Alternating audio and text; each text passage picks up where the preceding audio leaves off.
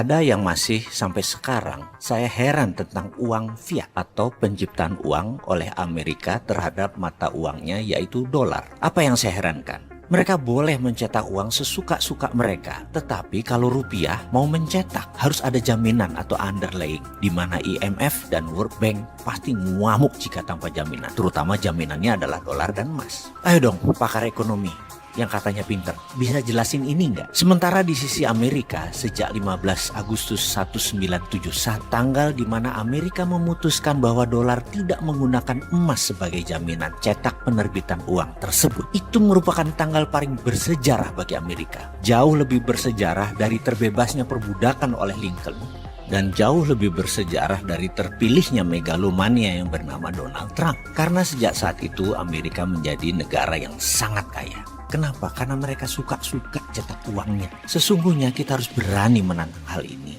terutama para pakar ekonomi kita, dengan pertanyaan sederhana. Terbitnya dolar itu berdasarkan apa?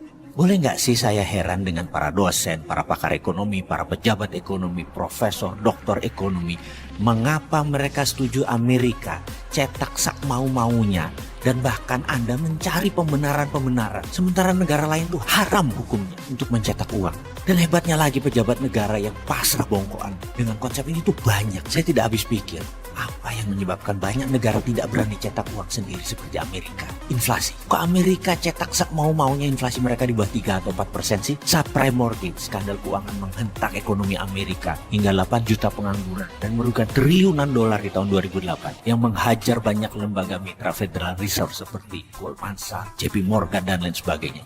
Hanya sebentar selesai masalahnya dengan Federal Reserve printing money, bilion-bilion dolar, lebih besar dari anggaran APBN Indonesia. Kita tanya kemudian, terus mana inflasinya di Amerika? Tahun depannya 2009 atau 2010, nggak lewat tuh 3% inflasinya. Mengapa Indonesia tidak ikut Amerika juga cetak duit? Ada emang yang menahan? Oh, ada.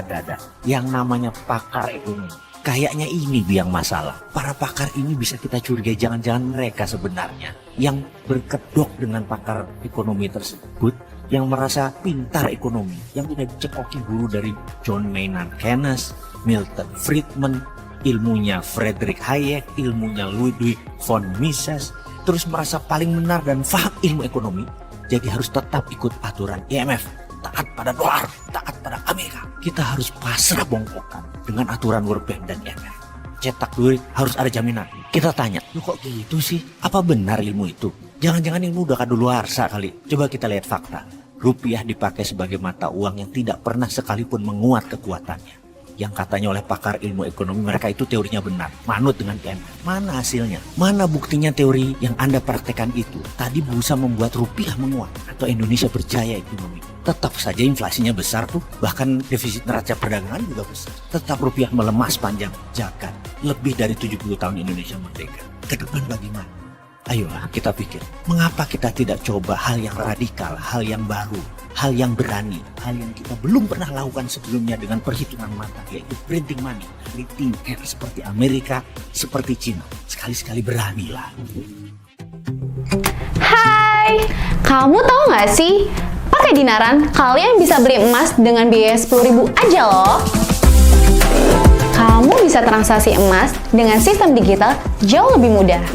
Beli emas, belanjakan emas, ambil emas, beri atau transaksi emas bisa dimanapun kalian lakukan. Selain itu, rupiahmu jauh lebih aman dengan underlying emas tanpa takut berkurang dan cenderung naik setiap waktunya. Di Dinaran, setiap rupiahmu bernilai emas. Jadi, download Dinaran sekarang juga.